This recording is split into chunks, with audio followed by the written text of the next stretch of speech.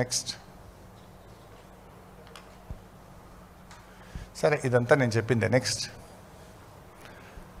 ఇంకొక మాట నేనేమన్నారంటే sole decision of chief minister అనేది చూపించారు.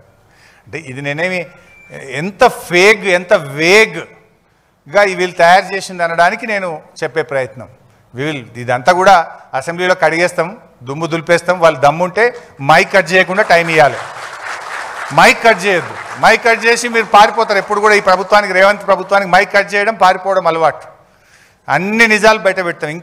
ఇంకా మరిన్ని ఆధారాలు ఉన్నాయి మా దగ్గర, మొత్తం బయట పెడతాం. అయితే నేనేమంటారు, it's a decision of chief minister.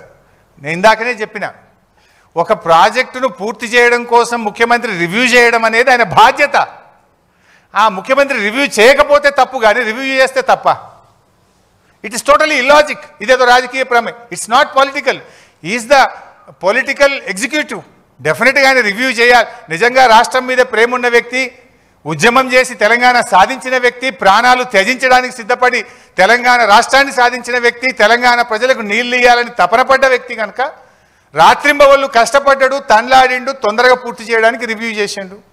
కానీ దాన్ని సోల్ డెసిషన్ అన్నట్టుగా చేశారు.